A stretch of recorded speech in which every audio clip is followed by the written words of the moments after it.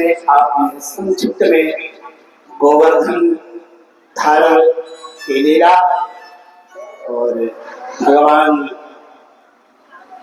श्याम सुंदर नंदनंदन देवकी नंदन का पावन माखन चोर की लीला, आज उसी क्रम को आगे बढ़ाते हुए हम सीधे रास पर चलते हैं।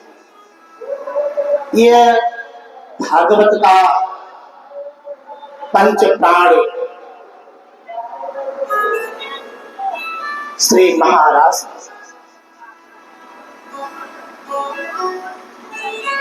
भगवान पिता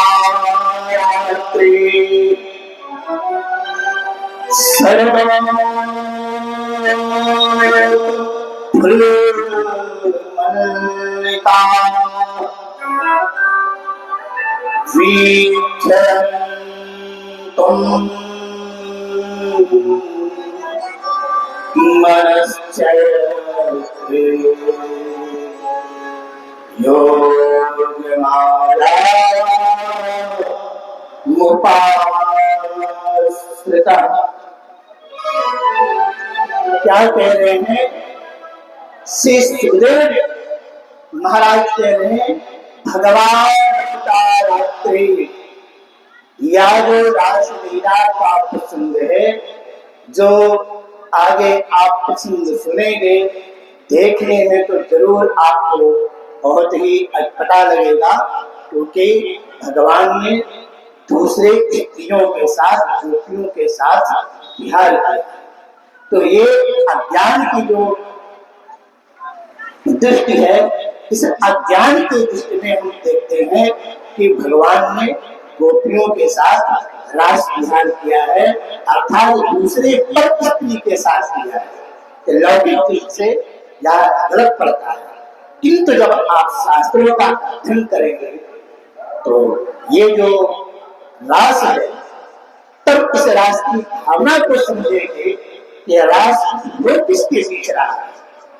ये तो हमारी आपकी बीच की बातें हैं कि साधारण लग रही है कि कृष्ण दूसरे स्त्रियों के साथ घूम रहे हैं, भ्रमण कर रहे हैं। शास्त्रों में जब उसको पढ़ेंगे तो हम समझेंगे कि आखिर यह रमण किसके साथ है। तो पहले ही श्री सुखदेव जी महाराज ने समझा दिया है, भगवान पिता रात्रि। रात्रि ही का मतलब बहुवचन है, एक वचन नहीं, बहुवचन है। बहुवचन का मतलब है कि एक रात्रि नहीं है, अनेक रात्रियां हैं। उसमें जोड़ दो आप, हजारों रात्रियां जोड़ दो, सैकड़ों रात्रियां जोड़ दो, कितना जोड़ना हो जोड़ दो। और रात्रि किसकी है? भगवान की रात्रि है। तो भगवान की रात्रि 12 घंटे की नहीं होगी, 12 घंटे का दिन और 12 घंटे का रात, दिन और रात मिला करके 24 घंटे होते हैं। जिस 24 घंटे में 12 घंटे का दिन होता है और 12 घंटे का रात्रि होती है। सुबह 6 बजे से सायंकाल तक दिन होता है, और जैसे 6 बजे तो शाम हो जाए। ये मनुष्य की रात्रि नहीं है, इसलिए पहले ही कह दिए हैं भगवान पिता रात्रि, या रात्रि भगवान की। तो यह जो राशि है ये किसका है? यह राशि भगवान का, साधारण पुरुष का नहीं है। शरद फूल मल्लिका, बस शरद ऋतु में आप देखे होंगे कि सरोवर में बड़े सुंदर सुंदर कमल के फूल खिले जाते हैं, जिनमें भंवरे गुनगुनाते रहते हैं। जो कटीले पर्वतों में कुछ पुष्प होते हैं, वो सब खिले जाते हैं, और उनकी महक से वो जो रास का स्थान था वो बिल्कुल सुवासित हो रहा था। ऐसा लगता था मानो जैसे किसी ने चंपा और बेला के जो पुष्प है उनके पराग को वहां पर खिल खिल जाए। और वीक्षम रंतुम मनश्चक्रे योगमाया मुपास्तः। यहाँ पर श्री सुखदेव जी कौन संकेत कर रहे हैं? वो लोग योगेश्वर नंदनंदन श्याम सुंदर है, वो रास्ते कर रहे हैं, लेकिन श्री सुखदेव जी वर्णन करते हैं योग माया, अर्थात अपने योग को धारण किए हुए हैं। साधारण पुरुष की तरह वो लीला नहीं कर रहे। योग माया, माया का अर्थ है श्री लाडली किशोरी राधा जी। उस रास में राधा जी को भी श्याम सुंदर ने आमंत्रित कर दिया है। इसलिए सुखदेव जी यहाँ कह रहे हैं विक्षरंतुम मस्तस्त्रे योग माया उपासता। शिव योग कृष्ण अपने योग को धारण किए हुए हैं। और जो राष्ट्र अधिष्ठात्री देवी थी, जैसे नवरात्रि की अधिष्ठात्री देवी है दुर्गा जी है, काली जी है, चामुंडा है, 9 रूपों में आप किसी को भी कह सकते हैं। ये 9 रूपों में देवियों का ये नवरात्रि है। इसी तरह से वो जो महाराज का, उस महाराज की जो अधिष्ठात्री देवी है वो श्री राधा रानी है। तो भगवान ने योग का आश्रय लेकर के और राधा रानी को महाराज में बुला लिया। और राधा रानी के संग में जितने गोपियां हैं, उन गोपियों को पीछे के तर्क के प्रसंग में हमने आप लोगों को समय अभाव के कारण नहीं सुना पाया। भगवान ने जिनका चीरहरण कर चुके थे। चीरहरण का मतलब ये है कि जिनके माया का जो पर्दा था, उस माया का पर्दा भगवान ने हटा करके और उनको योग का आश्रय दे करके, अर्थात अपना ज्ञान रूपी जो ज्ञान था उनकी जो वस्त्रों में डाल करके और उन गोपियों को पहना दिए थे।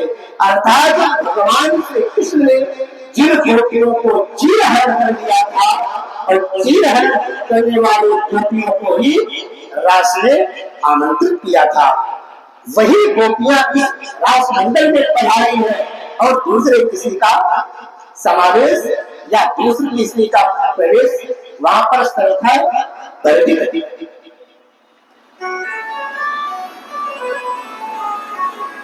आज नंदनंदन श्याम सुंदर के मन में संकल्प होता है कि मैं गोपियों के साथ रास और विहार करूं। वैसे तो भगवान को बिना मन को कहा गया है। भगवान का कोई मन नहीं होता, ना उनको खाने का मन है, ना उनको सोने का मन है, ना भोग विलास का कोई मन नहीं है। भगवान तो बिना मन के होते हैं। किंतु आज गोपियों की इच्छा को पूर्ण करने के लिए नंदनंदन श्याम सुंदर के भी मन में उत्कंठा जागी तो गोपियों के साथ रास भगवान के संकल्प करते ही जो यमुना जी का किनारा था चांदनी से छिटक गया। जैसे सफेद चांदनी होती है, वैसे पूरे यमुना जी के किनारे छटा छा गई और यमुना जी के सुंदर सुंदर जो पानी थे स्वर्ण की सामान चमक रहे हैं। जब उसमें चंद्रमा की रोशनी पड़ती है ऐसा मालूम होता है तो यमुना जी के किनारे कोई स्वर्ण की परत बिछा दिया हो और उसमें भी सुंदर केसर। जब देखिए जब कोई चंदन बनाता है जब उसमें केसर रगड़ देता है चंदन लाल हो जाता है। अथवा कोई जब दूध पीता हो और उसमें कुछ केसर के पत्ते डाल देता हो तो दूध का रंग बिल्कुल स्वादिष्ट और बहुत सुंदर हो जाता है। ऐसे ही पूरा रास मंडल में ऐसा लगता था मानो किसी ने केसर उलट उलट करके और पूरी पृथ्वी में केसर बिछा दिया हो। आज जितनी गोपियां हैं भगवान के संकल्प करते ही आह्लादित हो गई।